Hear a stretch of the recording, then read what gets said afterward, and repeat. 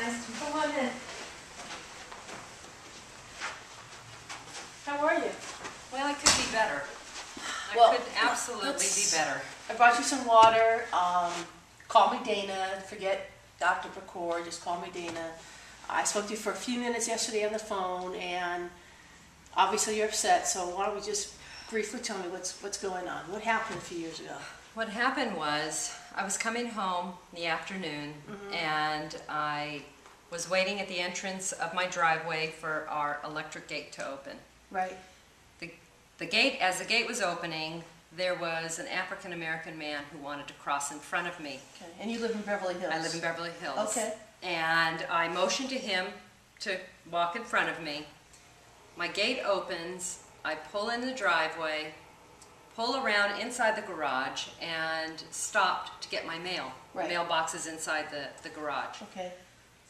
Take out my mail, and now my car is on the right side of me. There's a trash can in front of me. I decided to throw away the junk mail. And as I'm tossing the junk mail into the trash can, the next thing I know, I'm being choked from behind. So as I'm being choked and I'm, help, help, Yeah. I noticed in the corner of my eye, oh my God, this is the man who I allowed to walk That you let in. That I let in. So. Well, you didn't know you let him in. He walked in front of. The gate was open. He came in from behind you. Exactly. Okay. So as he's choking me, I'm screaming, trying to scream for help, and then he takes his hand from my throat, covers my mouth to quiet me, takes the back of my head, or my hair, grabs my hair, and somehow lifts me up, and the next thing I know, I'm down on the ground. Right.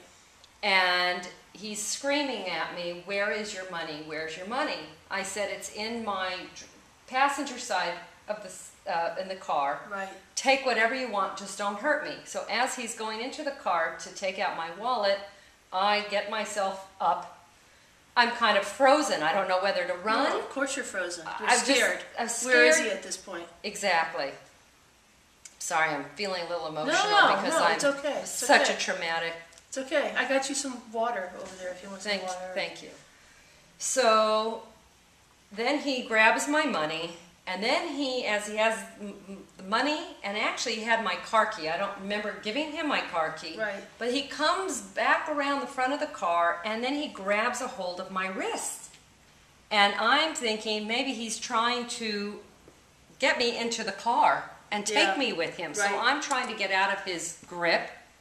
And then as we're both kind of struggling, he says, "Give me your rings." He notices I have 2 gold rings on.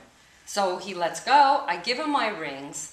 With that, by the grace of God, with my rings in his hand, money, and my car keys, he then says to me, "Which way out?" So I point to the nearest exit. And from what I remember, you told me a little bit of the information yesterday, plus I did some research with the local PD, and I read the arrest report and everything, that you did everything perfect.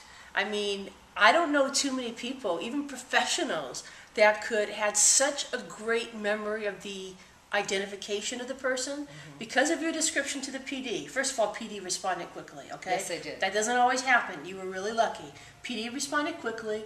You gave them an exact description of this guy, plus the description of your ring, which he had on him, which was on a necklace, or a chain around his neck. Right. So, obviously this guy's very brazen. He's just thinking, hey, no one's going to get me. And he's only like a few blocks from your house at this point. Exactly. So the police catch this guy, and a lot of that had to do with your ability to maintain control. And I know you've had a lot of years to deal with this with therapy, and my job with you today is not the therapy part, okay? Because you've been dealing with a wonderful therapist for that. Yes. So my job today is to tell you, first of all, that you did a fabulous job. The way you reacted was almost as if you were already trained on how to deal with a situation like that. Yeah, there's some things. I didn't feel that way. No, there's some things you could have done better. Okay, so this doesn't happen again. Right. Let's talk about some of the things you could have done better. Okay, because my job is to empower you. All right. Right. Okay. So and not for you to live with fear. Fear is okay to a certain extent because some fear keeps us safe. Right. All right. But when fear immobilizes us, then we're doomed.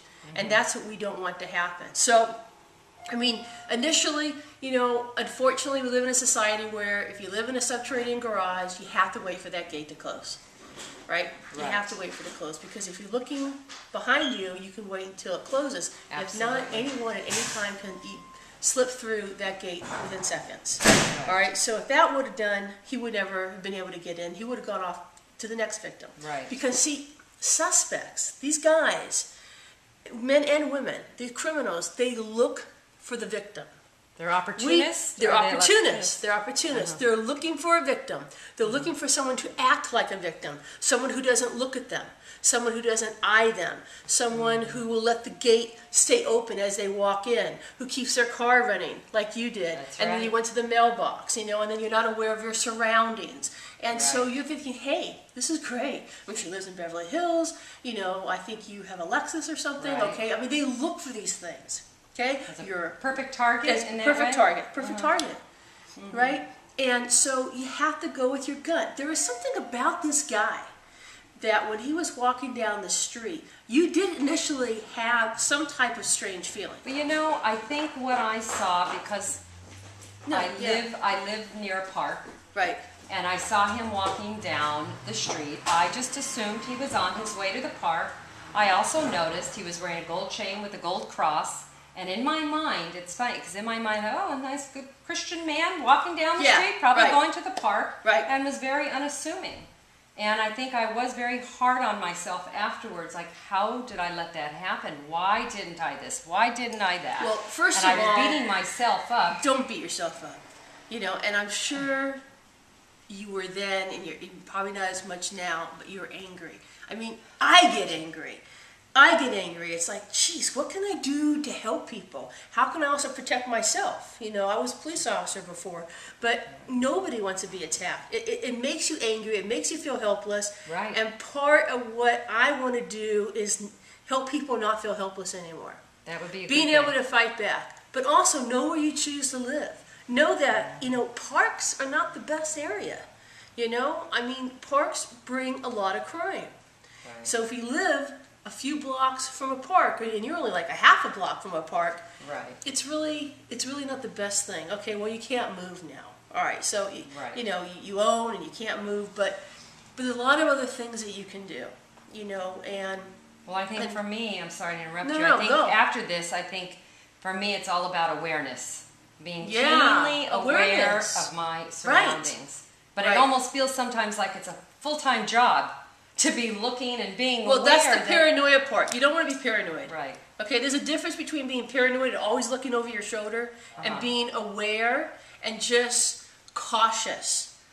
So, you know, to kind of close up today's, you know, meeting, because I want to meet with you more. I want you to meet with my team. I want you to meet with some of my female martial arts experts. Just trying to give you some just simple moves to help protect yourself in case, God forbid, which I know it's not going to happen, but God forbid if it ever did, to be able to protect yourself. And so, you know, every time we meet, little by little, we're going to go over some of these things. Well, that would be wonderful. And trust me, you know, between me and your therapist, you know, You're in good hands. You're going to be the next Angelina Jolie.